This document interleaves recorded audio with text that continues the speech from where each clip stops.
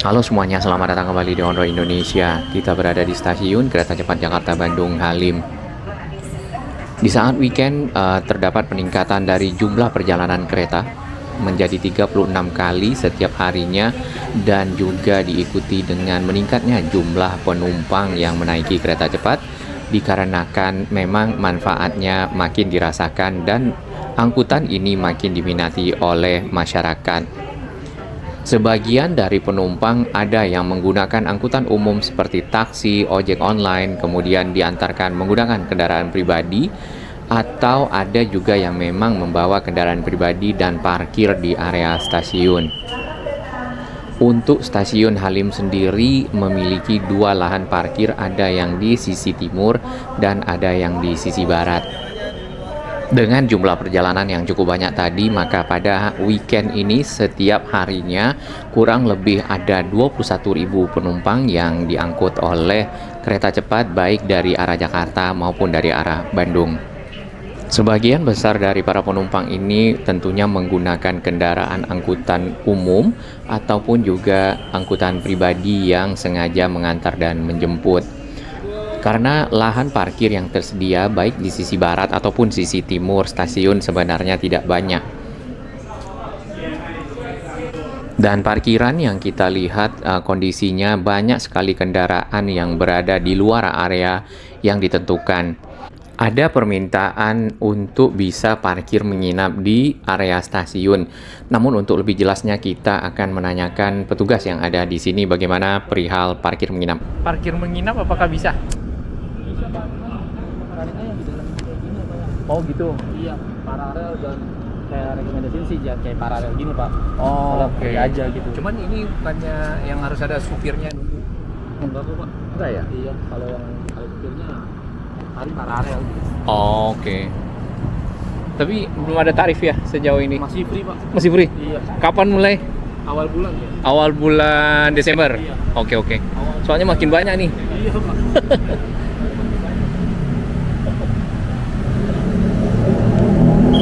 Oke, jadi untuk parkir di sini masih free, kemudian lagi untuk yang menginap ya sudah diperbolehkan, hanya saja tentu harus mendapatkan tempat yang ada di area seperti ini nih, di dalam area yang bukan jalanan. Kemudian dipastikan lagi kendaraan dikunci dengan aman ya.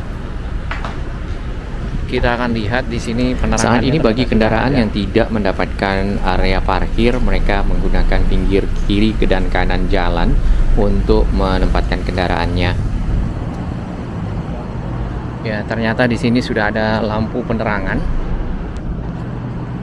yang disiapkan. Tadinya cukup gelap. Tinggal di bagian area ini di malam hari yang masih mungkin gelap. Sebenarnya di area sisi barat ini mulai ada perluasan-perluasan yang dilakukan untuk menambah lahan parkir bagi para penumpang yang membawa kendaraan. Jadi tadi bisa parkir di sini dan menginap, tapi hanya di area tertentu, yaitu area parkir yang sudah disediakan. Sedangkan yang di pinggir jalan tentunya di luar dari area yang sudah disiapkan. 6 kali 3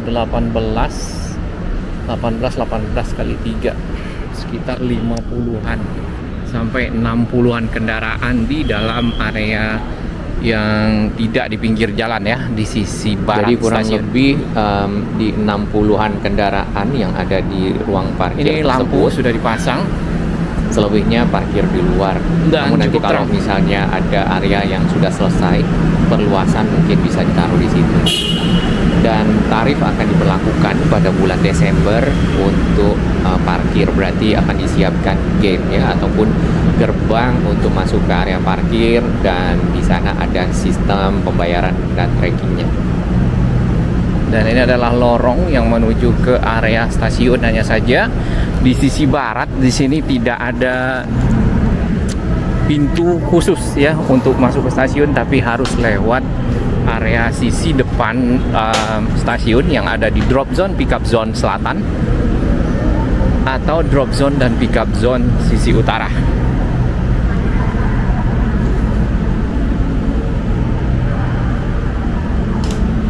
Area yang kita lewati sempat ada juga masukan untuk parkir kendaraan bisa di atas sana ya, atau di area kosong lah depan stasiun. Ada satu rangkaian kereta LRT Jabodebek.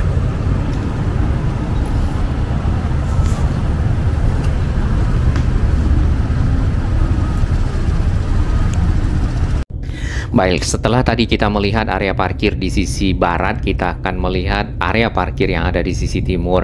Ini merupakan daerah yang sudah disiapkan untuk parkir kendaraan sementara, jadi bisa menginap di area ini selama tidak mengganggu kendaraan lainnya untuk keluar masuk di area parkir ini. Kemudian area ini biasanya ya dari pagi itu sudah penuh. Nah, bagi yang ingin parkir menginap sebaiknya datang lebih pagi lagi untuk bisa menempatkan kendaraannya. Tapi nanti mungkin setelah perluasan yang ada di sisi timur di bagian kiri kita, perluasan parkir, maka kendaraan yang ada di pinggir jalan ini dapat masuk ke area sana ataupun menginap. Tentunya nanti akan di charge ataupun ada biaya yang akan ditarik pada bulan Desember. Akses menuju ke tol saat ini belum dibuka dan masih dalam tahap penyelesaian. Cukup lama juga ya, padahal jalannya sudah ready itu. Mungkin sistemnya. Biasanya pada hari Minggu, hari Sabtu ya di pinggir sini banyak kendaraan yang parkir karena tidak mendapatkan area parkir di sisi kawasan-kawasan kantong-kantong parkir yang sudah disiapkan baik di timur ataupun di barat. Lalu pengaturan terhadap kendaraan-kendaraan yang antar jemput di sini sudah dibuatkan juga standarnya, yaitu drop zone ada di area kita ataupun di sisi selatan stasiun untuk taksi. Kemudian pickup zone juga sudah disiapkan di sisi utara. Jadi di sini khusus untuk menurunkan penumpang. Kemudian untuk menaikkan penumpang ada di seberang stasiun atau di kanan kita sisi utara. Untuk ojek online juga diarahkan seperti itu. Jadi ada yang drop penumpang di sisi selatan kemudian ngambil di sisi utara. Walaupun belum ada secara tertulis, namun petugas sudah memberikan arahan seperti ketentuan tersebut.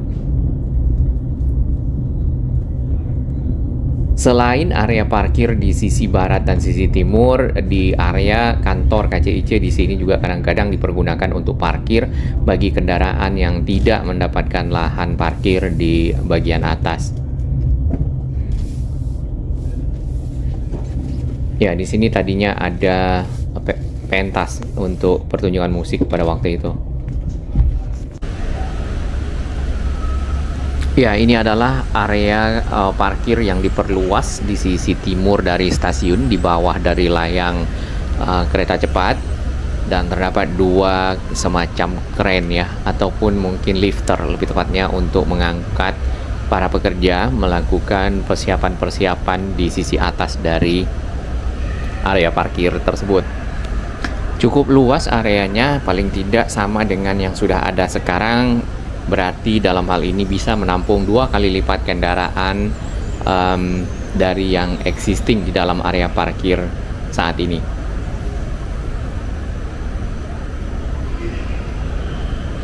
Hanya saja area ini belum selesai, jadi belum dibuka agar kendaraan bisa memasukinya. Hal yang sama juga dilakukan di sisi barat. Ada ruangan baru di bawah dari trek kereta cepat yang dijadikan lahan parkir tambahan. Mungkin juga akan jadi lahan parkir permanen ya.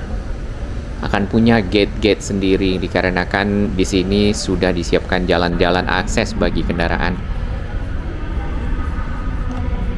Akses dari arah tol sudah siap nampaknya secara konstruksi dasar, kemudian ada penerangan, ada marka jalan, ada petunjuk. Lalu ada pagar di kiri kanan jalan. Nah, jalan masuk menuju ke stasiun itu hanya 1 lajur, sedangkan jalan keluar itu ada 2 lajur. Yang masuk menggunakan tapping ya tentunya, pada saat mereka keluar dari tol atau off-ramp berbayar, lalu untuk keluar menuju ke tol tidak ada pembayaran. Ini adalah kondisi situasi parkir di malam hari yang ada di area kawasan parkir sisi barat stasiun kereta cepat Jakarta Bandung Halim. Ada bagian-bagian yang belum cukup optimal penerangannya, jadi agak gelap, sehingga tentunya perlu pengawasan ekstra ya dari petugas yang ada. Dari itu makanya diharapkan untuk kendaraan parkir di area yang sudah ditentukan.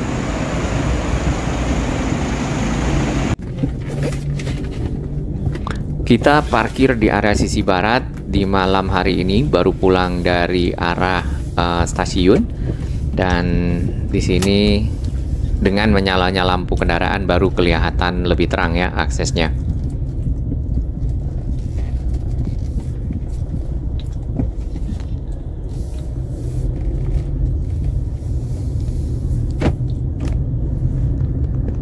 Ini yang ada di sisi barat, ada parkir buat VIP, VVIP.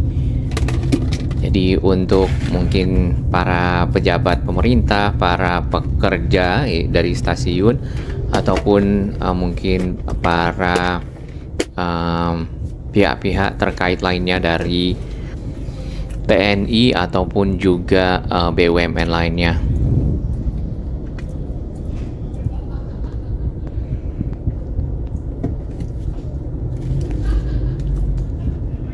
Ini adalah kondisi di hari Jumat malam, dan cukup banyak penumpang yang naik turun di area stasiun, ditambah lagi kendaraan-kendaraan yang mengantarkan, ada kendaraan pribadi ataupun juga kendaraan umum, baik roda 2 ataupun roda 4. Pengaturan dilakukan oleh petugas agar drop zone dan area pickup zone sesuai dengan standar yang sudah disiapkan. Ini contohnya kendaraan yang parkir di area jalan yang mungkin karena area parkirnya tidak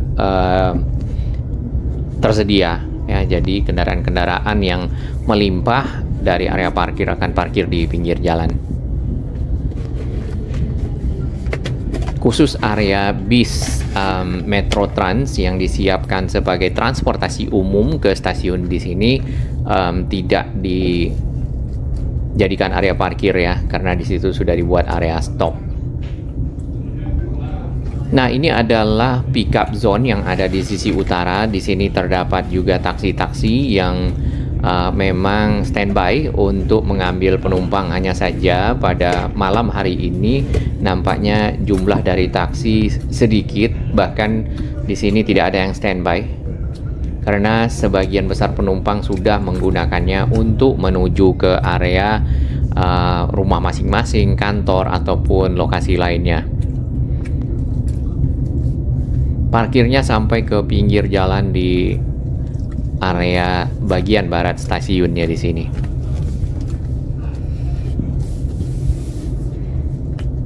Untuk yang parkir di sisi barat, maka tidak ada akses masuk langsung ke dalam area stasiun seperti yang ada di sisi timur. Ada area entrance-nya, kemudian ada fasilitas toilet, musola di sekitar sana, sampai ke area ticketing machine.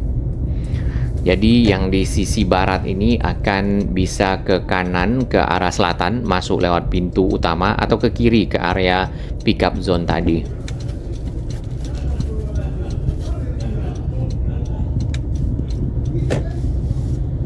Bagi kendaraan-kendaraan yang mengantarkan penumpang masuk ke area stasiun roda 4, perlu sangat diperhatikan peraturan ganjil genap yang diberlakukan di Jalan DI Panjaitan Jakarta Timur. Kendaraan-kendaraan yang bernomor plat ganjil hanya bisa menggunakan atau mengakses stasiun pada hari ganjil. Sedangkan kendaraan bernomor plat genap tentunya pada hari-hari atau tanggal yang genap. Dari itu maka bila sangat urgent dapat mempergunakan angkutan umum lainnya yang ada, apakah taksi online atau ojek online. Atau juga bisa menggunakan LRT Jabodebek yang stasiunnya ada di sebelah sini. Namun saat ini LRT Jabodebek secara rangkaian belum semuanya beroperasi normal karena ada sebagian besar rangkaian dalam perawatan. Jadi heading time ataupun waktu tunggu LRT agak lebih lama dibandingkan dengan sebelumnya. Dari itu perlu disesuaikan dengan keberangkatan kereta ataupun kedatangan.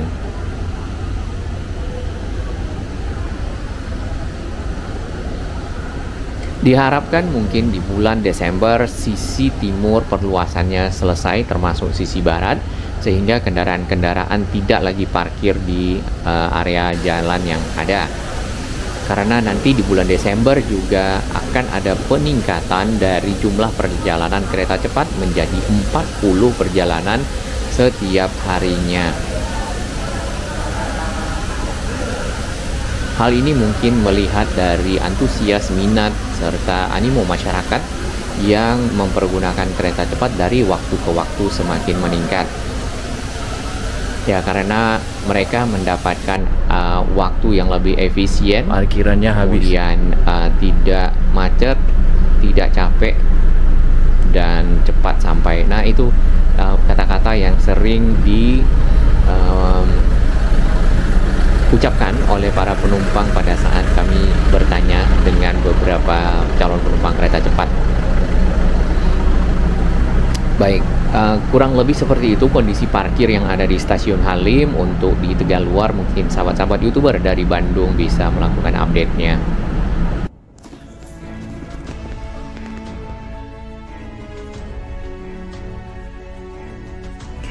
Bagi sahabat kami yang baru menemukan channel ini, silakan subscribe dan ikuti perkembangan informasi transportasi infrastruktur lingkungan Jakarta, Jawa Barat, dan sekitarnya menuju Indonesia yang lebih baik.